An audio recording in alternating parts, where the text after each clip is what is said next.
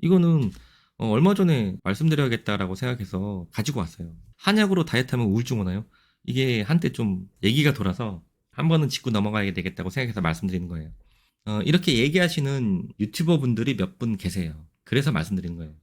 그리고 영향력이 작지가 않아서 요즘에 웬만하면 이런 거 그냥 넘어가려고 합니다. 한의사들도. 왜냐면 이 얘기만 남아요. 저희가 이거를 변명을 하면 한약 다이어트 우울증 이것만 남아요.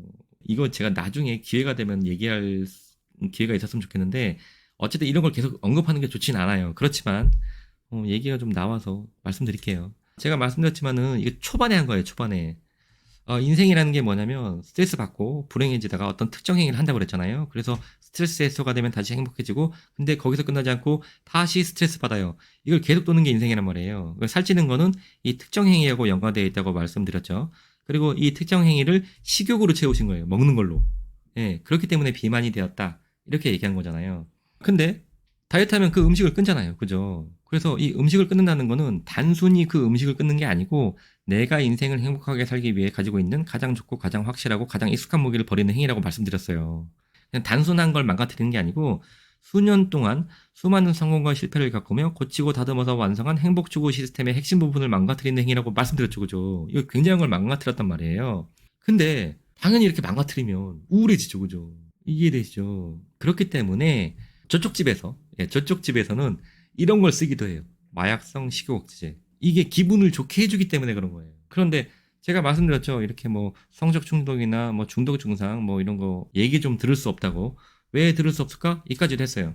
이게 레드 오션인 다이어트 클리닉 시장에서 선클리닉이 아니라 다이어트 클리닉이기 때문에 이게 그쪽의 의사 선생님들한테 이 얘기 듣기가 쉽지가 않다고요. 그래서 결론적으로 말씀드리면 이 한약 때문에 우울증이 오는 게 아니고 다이어트 때문에 우울증이 온 거예요. 근데 현실은 그렇지가 않아요. 현실은 좀 달라. 이게 보면 어떤 측면에서 특히 여기 그 경기도 남부의 도시이기 때문에 이런 경우가 많이 있어요. 한 측면에서는 저기만 가면 무릎에 주사 한 방 맞으면 한 3개월은 거뜬해 이렇게 얘기하실 수 있어요. 이 3개월이라는 것도 사실 되게 웃겨. 예, 이게 왜 그러냐면 이게 롱텀 스테로이드 쓰기 때문에 그래요. 아니면 진통제나 신경차단제 쓰기 때문에 그렇다고. 아는 의사들은 알아요. 이런데 환자분 측면에서는 그렇게 생각 안 한다는 얘기예요. 다 알고 있는 게 아니기 때문에. 또 있어요. 저기서 감기약 처방받으면 하루면 나. 완전 명의? 이렇게 얘기하실 수도 있잖아요. 특히 여기 아까도 말씀드렸지만은 여기는 굉장히 넓은 도시에 멀리서 오시는 농사 지으시는 분들 이렇게 나이 많으신 분들이 많기 때문에 이런 거 되게 좋아하세요. 근데 알고 보면 뭐예요? 이거 감기약을 준 건가 시리얼을 준 건가 이랬더니 약이 이만해. 이거 속칭 미친 쓰레기 처방이에요 이거. 근데 의사들도 서로 알아요. 저기서 그런 처방 쓴다는 거. 근데 제가 저번에도 한번 말씀드렸죠. 저쪽 집안은 서로서로 터치 안 해. 그게 룰이에요. 그게 메이저기 때문에 그래요. 이게 이유도 여러 가지가 있는데 저쪽에서 잘못하면 만약에 걸리면 저쪽만의 잘못으로 끝나 이야기가. 그렇기 때문에 신경 안 쓰는 거예요. 그리고 내가 진료를 하는데 별로 영향을 안 줘. 그러니까 신경 안 쓰는 거예요. 근데 저희는 달라요. 저희는 저희가 누가 바보 같은 짓 하면 한의사 전체가 욕먹어요. 그래서 저도 굉장히 조심해서 얘기하는 거예요. 이런 현실이 없는 게 아니란 얘기예요. 그럼 다이어트도 마찬가지죠. 저기 다이어트 약은 안 우울해. 그랬어요? 근데 사실은 알고 보면 항우울제 이파에 넣고 신경차단제 듬뿍 넣은 거예요. 근데 저기 한의원에서 약 복용하니까 우울해. 이런 소리는 저희가 듣는 거죠. 이게 참 안타까운 현실이에요. 자, 그런데 이렇게 보실 수도 있잖아요. 다이어트 양약은 나쁘다? 아니에요. 절대 아니에요. 그게 아니고 그럼 다이어트에 항우울제 쓰는 거 나빠요? 아니에요.